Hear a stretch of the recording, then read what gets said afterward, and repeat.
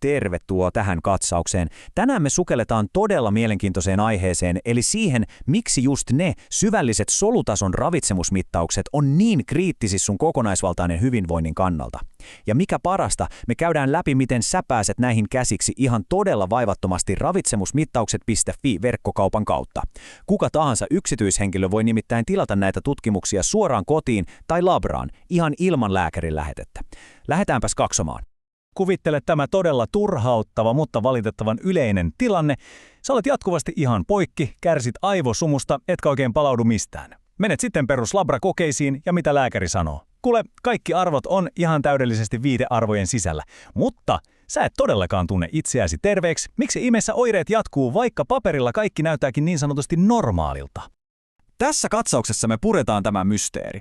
Ensin katsotaan, miksi ne perinteiset testit ei vaan aina riitä.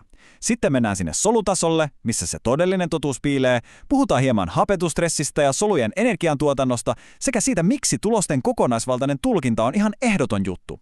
Ja ihan lopuksi käydään läpi, miten tämä ravitsemusmittaukset.fi oikein toimii käytännössä.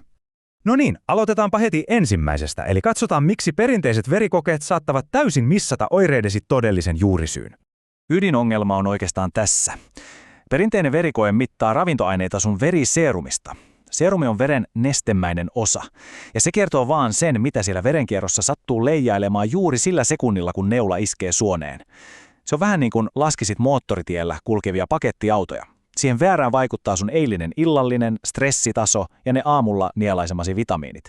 Punasolumittaus sen sijaan, se katsoo suoraan sinne solun sisälle. Se näyttää, onko se paketti oikeasti toimitettu perille asti, ja mitä sun keho pystyy oikeasti hyödyntämään pitkällä aikavälillä. Aika iso ero, vai mitä? Ja hei, puhutaanpa hetki noista viitearvoista. Viitearvothan lasketaan väestökeskiarvojen pohjalta, ja niiden päätehtävä on tunnistaa selkeitä sairauksia, ei suinkaan kertoa, toimiiko sun kroppa optimaalisesti.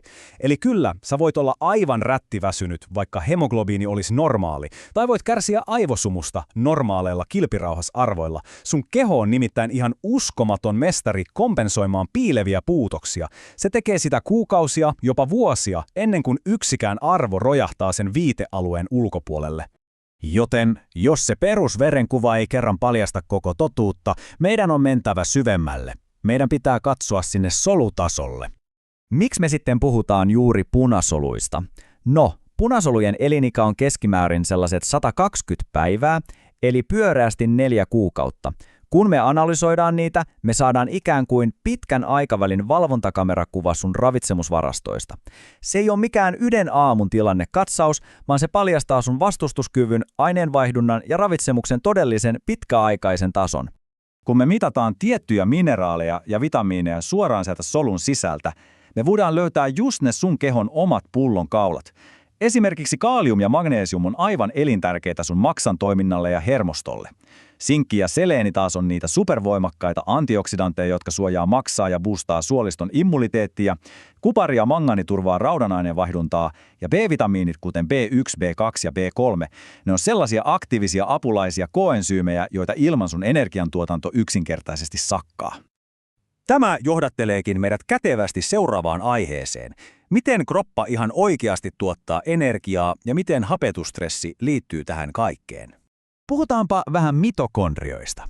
Ne on sun solujen ihan omia pieniä voimalaitoksia ja oikeastaan sun koko kehon moottori. Ne tuottaa ATP:tä, eli sitä energiaa, mikä pyörittää aivan kaikkea aina lihasten liikkeestä aivojen raksutukseen. Mutta aivan kuten mikä tahansa kovaa käyvä moottori, tämäkin tuottaa pakokaasua. Ja biologiassa tätä pakokaasua kutsutaan vapaiksi radikaaleiksi. Normaalistihan sun kehon omat siivoojat, eli antioksidantit, hoitaa nämä radikaalit pois päiväjärjestyksestä. Mutta tilanne muuttuu, jos koet pitkittynyttä stressiä, kehossa on hiljaista tulehdusta, tai sä saat liikaa ympäristömyrkkyjä etkä palaudu kunnolla. Jos tähän soppaan lätkästään vielä ravitsemuksen puutostilat, radikaalien määrä räjähtää käsiin ja joudutaan tilaan, jota kutsutaan hapetusstressiksi. Tämä tila suorastaan vaurioittaa soluja ja vetää sun energiatasot ihan nolliin. Ja tässä on yksi koko homman tärkeimmistä pointeista. Nämä ravintoaineet ei todellakaan toimi sooloilijoina, ne on tiimipelaajia. Esimerkiksi ubikinoni eli Q10 ja B-vitamiinit muodostaa ihanan töisinsä kytkeytyvän verkoston. Ne ruokkii niitä mitokondrioita yhdessä rintamassa ja taistelee sitä hapetusstressiä vastaan. Jos yksikin palanen tästä palapelistä puuttuu, koko puolustuslinja alkaa rakoilla. Koska nämä kaikki biologiset järjestelmät on näin tiukasti kytköksissä toisiinsa, on aika loogista, ettei yhden ainoan labra-arvon tuijottaminen riitä mihinkään. Tarvitaan isompaa kuvaa, eli kokonaisvaltaista tulkintaa. Ravitsemusmittaukset.fin asiantuntijat sen hyvin tiivistää. Yksittäinen laboratorioarvo kertoo ani harvoin koko totuutta hyvinvoinnistasi. Tämä on niin totta. Ei riitä, että saat vaan läjän numeroita paperille. Se varsinainen taika, se sun terveyden optimointi alkaa vasta sitten, kun ymmärretään, miten nämä lukemat keskustelee keskenään sun kehossa.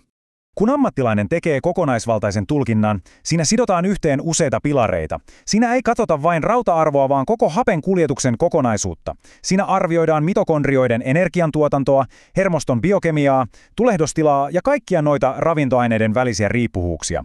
Vain tällaisella isolla tutkalla me pystytään nappaamaan kiinni ne salakavalat piilevät imeytymisongelmat, jotka sun oireita oikeasti aiheuttaa. No niin, nyt kun tiedetään, mistä tässä kaikessa on tieteellisesti kyse, hypätäänpäs käytäntöön. Miten sä oikein saat nämä testit tehtyä ravitsemusmittaukset.fi-sivuston kautta? Tämä prosessi on nimittäin tehty ihan älyttömän helpoksi, ja se antaa ohjat suoraan sun omiin käsiin. Homma toimii näin. Sä vaan meet verkkokauppaan ja ostat haluamasi tutkimuksen.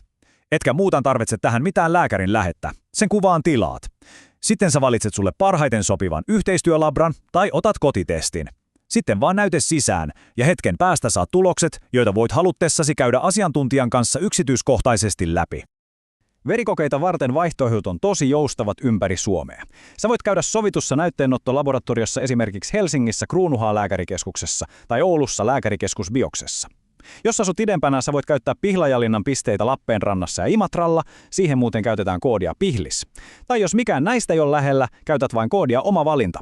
Silloin tarvittavat näyteputket tulee suoraan sulle postissa ja sä voit käydä antamassa sen näytteen ihan mihin tahansa valitsemaasi laboratorioon ja maksat vaan sen näytteenottomaksun sinne paikan päälle. Tosi kätevää. Kuten tästä huomaat, vaikka nämä todella laajat mineraali- ja vitamiinipaketit vaatii sen nopean labrakäynnin ja verikokeen, niin mukana on myös todella käteviä kotitestejä. Esimerkiksi joditesti ja rasvahappotesti on sellaisia, missä sä voit unohtaa labraan matkustamisen ihan kokonaan.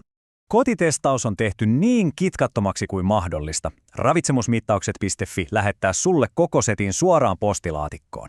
Sä seuraat selkeitä ohjeita, nappaat näytteen kaikessa rauhassa siellä omalla kotisohvalla, loitat sen valmiisti maksettuun palautuskuoreen ja viet postiin. Ei sen vaikeampaa ole tsekata vaikka omien solukalvojen rasvahappotasapainoa tai sitä jodin saantia. Ja hei, tästä jodin kotitestistä on pakko mainita yksi todella siisti juttu. Jodihan poistuu kehosta enimmäkseen virtsan mukana, mutta virtsan jodipitoisuus yksinään voi heitellä ihan hulluna riippuen siitä, kuinka paljon olet sattunut juomaan vettä. Siksi tämä kyseinen testi on fiksu. Se suhteuttaa sen jodin määrän aina kreatiniiniin. Tämän ansiosta sun nesteytystaso ei pääse vääristämään tulosta pätkääkään, vaan sä saat ihan tieteellisen tarkan kuvan siitä, tukeeko sun jodin saanti todella sun kilpirouhastaa. Vedetäänpäs homma yhteen tähän kysymykseen. Mitä sun solut yrittää kertoa sulle? Ne nimittäin pitää sisällään sen ihan alkuperäisen piirustuksen sun omasta energiasta, palautumisesta ja hyvinvoinnista. Kysymys kuuluukin, oletko sä vihdoin valmis kuuntelemaan niitä? Ota nyt omat ohjat käsiin. Käy kurkkaamassa ravitsemusmittaukset.fi ja ota selvää. Kiitos kun olet mukana katsauksessa. Nähdään taas.